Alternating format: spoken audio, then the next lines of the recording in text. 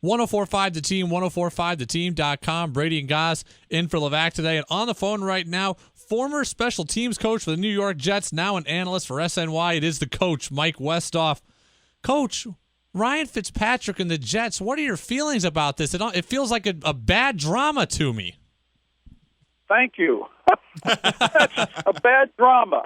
I went on this morning earlier with on ESPN and talked a little bit about the same thing. I haven't heard anyone say bad drama. That's about as accurate as I've heard. It's really discouraging to think that they'd be in this situation. I frankly, I understand Ryan Fitzpatrick and his agent because this is business, and you know when you're seeing average and below average quarterbacks getting double-digit million contracts, you kind of want to be in that same boat.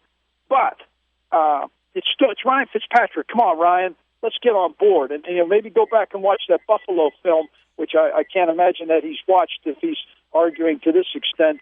We're looking at an average quarterback that needs to get on board and get involved. This shouldn't go any further. I'm very, very disappointed. The teams that need quarterbacks still, Ryan Fitzpatrick doesn't feel like a quarterback for Los Angeles. Denver can't afford him. San Francisco may hold on to Colin Kaepernick. There doesn't feel like any other options for Ryan Fitzpatrick. So is that how you see it? I totally agree. I mean, look at San Francisco. I mean, Kelly has got to take a look at Kaepernick to see if he fits into that system. He's got to do it. Crazy to not do it. I have some sources at Denver, and we talked a little bit. They made the deal for Sanchez. They're going to look in that direction. I know they have a little bit of interest from what I've heard in the young man that played at Tampa. I can't think of his name. He was there before they got. Pardon me, Mike Glennon. Yes, yeah, they're going to look at him a little bit. So I don't see where this is the perfect spot for Ryan Fitzpatrick. He knows the system. The system is friendly to him. Go back to last year. Now I thought he did a very good job, but nonetheless, come on. Chris Ivory led the AFC in rushing. The offensive line, even though they're getting a little older, they were healthy, they stayed together. They did a very good job of protecting him. A nice job. And then, of course, with Brandon Marshall and Eric Decker, I mean, they were off the charts. Now, they've signed a running back. They've got Forte, the young man from Chicago, who's going to help them. He's also a receiver out of the backfield. And these are all good things. Here's another thing. I did a little bit of research. Here, I'll rattle some numbers off to you. You tell me what these are. 32, 30, 28, 27, 26, 25, 24, and 23. That's the rankings of the defenses that the New York Jets played last year. Oh. Ooh. As a collective schedule, you couldn't play a worse group of defenses if you tried. It's not going to be the same this year now. With that schedule this year is a heck of a lot tougher. Ryan Fitzpatrick, and I think he did some good things, but in my opinion, they were under some optimum conditions. Coach, you've been in Come on, Ryan. That's right. Coach, you've been in Come on, Ryan. Get on board. I think I could stop him as a coordinator in 2 minutes. There we go. It's I been know how said. I'd play him. Hey, Coach, you've been in locker rooms before. Is there eventually a point where this starts to sour some of his teammates' feelings about Ryan Fitzpatrick? Quarterbacks of leadership. I absolutely believe it does. Sometimes, when you're looking at a Mo Wilkerson, at what this young man does, and here's this quarterback that came in and basically, I think he performed, and the quarterback position is optimum. But, get on board. Get a 2-year deal done. Accept an $8 or $9 million deal or something like that. Let's get this done and get on board and get back going. I mean, come on. This is when he throws deep, it looks like punt, pass, and kick. That's what it looks like. It really does. Yeah. To me, I'm appalled with all this. I think he's an average guy. If you called 31 other teams, how many and say we want to trade you Ryan for your guy? How many teams you think would say, "Oh yeah, great"? The coach, Mike Westoff, with us on 1045 The Team, 1045theteam.com. Brady and Goz in for Levac. Coach, if Fitz doesn't realize it, if he doesn't get on board, is Geno Smith the guy in New York? No, you bring up a really good question. What else? You've really got a tough situation there. Yeah, I think it would go back to being Geno. Probably the Jets, if they had written the contract or the check to Amali, they could save themselves a hell of a lot of money. For Geno, they probably would. If they'd have paid him the $500, they could probably save themselves a couple million. Yeah, I think you're probably going to have to look at him. Help me with, because my name, I just got stuck for a second. The young man, the other backup. Come on, help me. Bryce Petty. Yeah, Bryce. I kind of like this young guy. This is a big kid. He threw for 5,000 yards at Baylor. Give him, I want to see what he can do. I'm not convinced he can't do these things. I'm not sure. So to me, you have to take a look. See keep trying what's available. I think they're smart in the fact that they're only going to go so far.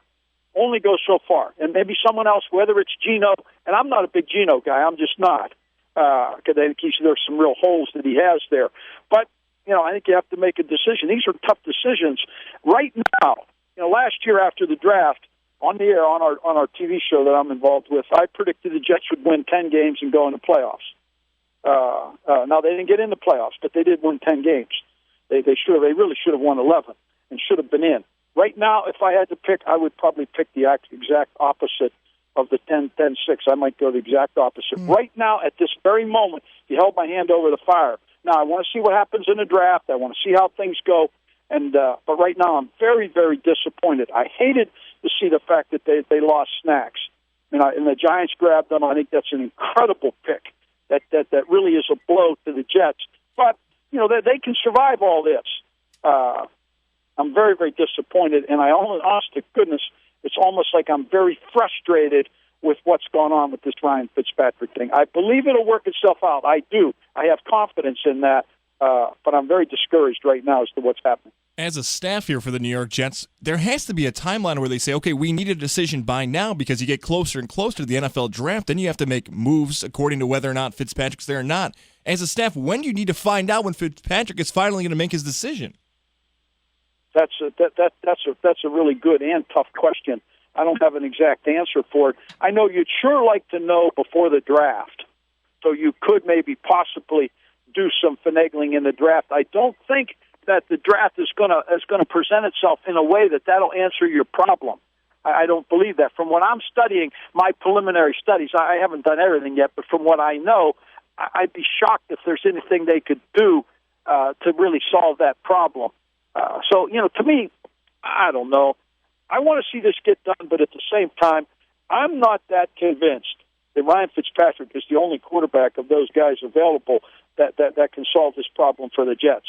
I think the Jets have got a pretty good football team, and maybe a Bryce Petty deserves the opportunity to give him a chance to see what he can do, because I think there's several options to this. I love what he did, but I still think it's still Ryan Fitzpatrick. I feel if I were a defensive coordinator, I could stop him in a minute. That's how I feel. Maybe I'm wrong or whatever, but I just I think I like what he had around him. I still like what he has around him. And I think there's several quarterbacks that could do every bit as good as him. He's got to get on board, or they've got to be prepared to move somewhere else. I like running the ball. I love Decker. Of course, Marshall just was incredible. They're going to get a tight end. I don't care if they come down to my development where I live. They can find a tight end better than they had, for crying out loud. They had nobody. The coach, Mike Westoff, with us on 104.5 The Team, 104.5theteam.com. Coach, with that 20th pick in the draft, where do you want to see the Jets go? What's the biggest thing they need to do in the draft? If there's any way that they can get an edge pass rusher, and there are several out there. Now, I don't know enough about each one of them yet. I've seen several names that I've read about that I like. That intrigues me. Also, I think that the cornerback from Clemson is who I really think is a good football player. He's from down here where I live in South Florida. He's from right here in Fort Myers. I think he's really a good football player. But the edge pass rusher's number one, in my opinion. That DB, that particular young man, jumps out at me. I'm hoping that they can go those directions. If you can, then I think there's something that they're at 20th that they really have got a chance. They're going to help themselves in the draft. They're going to do okay. They've got to get another inside linebacker. They've got to strengthen that position.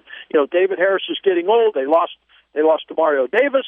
They've got to solve that. Now they've got a couple young kids that played for them last year on that roster. I think can help. But I would go for that edge pass rusher or the DB from Clemson is right at the top. Just from the little bit that I know right now, I've got a lot of research to do before I'm up to par on that question. Mike Westoff with us on 104.5 The Team, 104.5theteam.com. Simply one of the best guys there is to talk about the New York Jets. Coach, we appreciate your time today. All right, good. Thanks. As always, they keep it interesting, that's for sure. They give us all something to talk about. Thank goodness we live in a great place where we can be spending time talking about sports and every wonderful thing that we have and not some of the other problems that are going on today. Well said, Coach. Thanks a lot for the time. We appreciate it. We'll talk to you again soon. Okay, guys. Anytime. You're welcome.